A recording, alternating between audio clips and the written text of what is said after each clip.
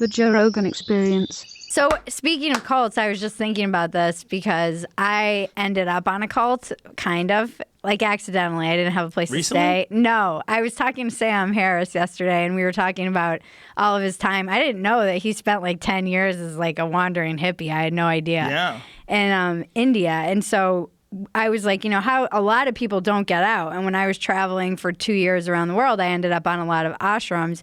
And one of them was an Osho ashram, which was that. Whoa. Yeah. Really? So I came into my room. I wrote a whole piece about it for Mel magazine. Energy is leaking out of your body. It's so. I walked into my roommate, Samantha Shahi, who's amazing, was watching the documentary, and there's this like exercise where they dance and you go, hoo, hoo, hoo, hoo, and it's a meditation that they made up.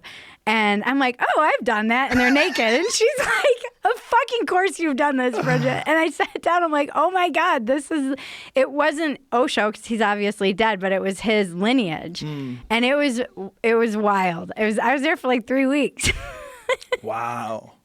But that it was, documentary they give you a new starts out name. great. They What was gave your me new name? What's your name? Prem Sarita. Prem Sarita's It beautiful. means river of love. Oh. Yeah. But Okay, he called me a don't scumbag. Did he? Why? Because they break you down in front of people. And you know me, I couldn't stop laughing. And so he was like, you are a scumbag. Wait a minute. Who is this guy? The What does guru. he look like? You gotta explain to me. He looks like a guru. Like how? Like got a beard? Like long hair. He was tan. He said that he was 80, but it came out that he was actually 60.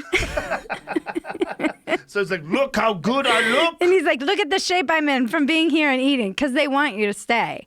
And he was trying to like break me down psychologically, but I think my brain is like too dirty to be washed. Like, I just don't think. That's a great way of putting it. I don't think that it is capable. And so he was like, you are a scumbag out there. You don't have work. And I was like, actually, you're pretty right. And he's like, say it. Say you are a scumbag. And I had to yell, I am a scumbag in front of this whole group of strangers. That's so funny. That's so funny. It was wild. So this guy who was breaking you down, was he socially inept? Like, was it an awkward breakdown? No. Because you didn't buy into it. You just sort of went around with it for fun. I mean, I'm very curious. Right. So I think the writer in me, and we talked about this last time, just the when I was like the third in the open marriage. So I remember vividly sitting just on their couch and being like, should I do this? It's so weird. But then I'm like, but it's such a great story. And this whole thing happened because I was with this Sydney Trust Fund baby, and he needed somebody to drive up to Byron Bay with him. And he's like, oh, it's no problem. You'll find a place to stay. And there was nowhere to stay. And he was off on Boys Week in Byron Bay during like Christmas. Speaking of knowing nobody, I went to Australia on a one-way ticket and knew nobody. And so I was like, I'm fucked. One-way ticket. God, that's such a crazy move. How old were you? 28? No, I was 33. I called it 33. Yeah. And 33. So, yeah, I just went, I had been in LA kind of grinding, and I was like, if I don't travel now, I'm One-way ticket is a wild move. I do it a lot. Really? A lot. Yeah, a lot. I'm kind of known for that. So you have to figure out how to get back. But imagine if COVID broke out right when you landed in I know, Australia. it'd be stuck. I was stuck in India with $7. I had to have somebody like buy me a ticket out that time. An ex-boyfriend. Thank you, Casey. Oh, wow. Shout out to Casey. Shout out to Casey. Well, that's nice that he did Getting that. me out of India. What did they do before, like in the old days? India is basically like the old days when you travel there. No, but I mean, if like you needed a ticket in like the 70s. Oh, I don't know. What the fuck would you do? My dad traveled around the world when he was in his 20s. And I was like, how did you do it? You know, he's like, I wouldn't talk to my parents they have no idea where you were. Right. I mean, you have to just do everything by paper. You look for bus schedules when you get there. You know, you go find a hotel when you arrive in the city. Yeah. It's crazy. How about hitchhikers? Like, hitchhikers are the craziest assholes ever. Like, let's just randomly hope this person who's just going to randomly pick me up isn't going to kill me. Yeah. Yeah. And then you would read stories. You'd read stories about this guy who kidnapped this girl and cut her hands off. Like, what? God, no. What the fuck? That's my biggest. I'm so afraid of that. of like, that's always been in my most recent podcast. I did every once in a while I do story hours where my cousin Maggie interviews me, and I was telling all about my traveling, and she was asking me, and it turns out I have like 4 near abduction stories that I completely forgot about, but I have that fear, but it's also been reinforced by. So when you join this cult, and they break you down, they say, you're a scumbag. What's his accent like? What was it like? It was a weird accent because he was from Italy originally. Oh. And then How much of that cult was about banging? A lot. But I only had one cult boyfriend. But he encouraged polyamory, and I think my cult boyfriend saved me. My cult boyfriend. I mean, why did he save you? Well, because he had just come there to kind of recharge. He was getting his degree in philosophy, and he'd occasionally come, and he was a musician, and then he left and went to Melbourne. And then I went back into the city to drop him off, and we weren't allowed to drink or anything. And this is when I was still partying like a legend. And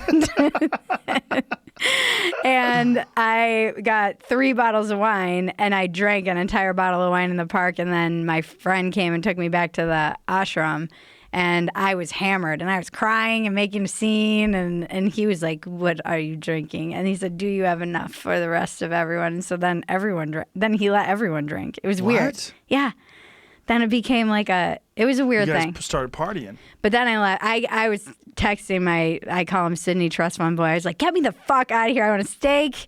It was during the playoffs, and I think the Patriots were in. And so I was breaking into bars up and down like Byron Bay to try and see the playoffs. It was wild. Now, what did they eat? Oh, so we had to wake up at 5, and it was a wood grill. We had a grill, but we put wood in it, and that was how we cooked everything. Cooked everything over so wood. we had to get a fucking fire started. It was all vegan, with some, like, if we got cheese was like a treat. And we would have to get the fire going to even like make coffee or porridge or anything. And then we'd make lunch right after breakfast was done. And then there was no dinner. It was just like whatever was left over from lunch. Really? Mm-hmm. So it didn't eat very well. And we had to do 4 hours of work to stay on the ashram, like hard manual labor. 4 hours a day. Yeah. Just for your room and in board. the bush, in the Australian bush. Like what kind of stuff? Well, there was this Malaysian way of raking that was really interesting, where we would mow, but then you'd rake it all into a line, and you'd have to put it in a tarp and take it all away out of these fields. And it was like a really interesting way of taking away all the scraps. We had cold showers. There were all kinds of bugs and shit trying to kill me all the time. It was wild. It was a wild experience. And God damn. There was so much drama because everybody was swapping partners.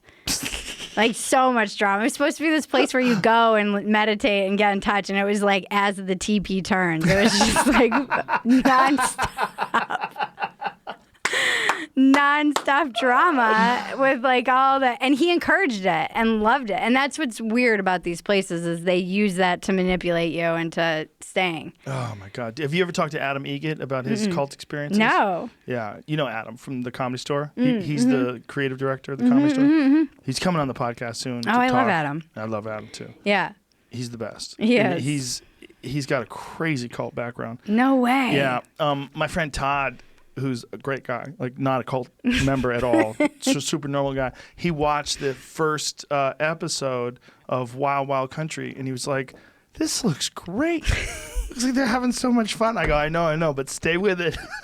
Stay with it. Because in the beginning, you're like, oh, yeah, like regular life is bullshit. Oh, yeah. Like our society is bullshit. Yeah. Wouldn't it be great if we just all loved each other, and we all embraced our fears and understood our position in the universe, and we're kind to each other, and let go of all this fear and all this bullshit. And what better way to do it than to get a bunch of like-minded people and move to a spot in Oregon? Well, that was that in the piece I wrote about it. I said I had a lot of conflicting feelings because it's amazing how quickly my biorhythms adjusted to waking up at 5 or 6, living just the lack of waste. We had the compostable toilets, so the poo became manure, like manure. This was the same on the weed farms too. And it's nice to just not feel like you're creating all that waste, because I know that every time I get like a package from Amazon, I'm like, ugh, this is not sustainable. Right. It's all waste. It just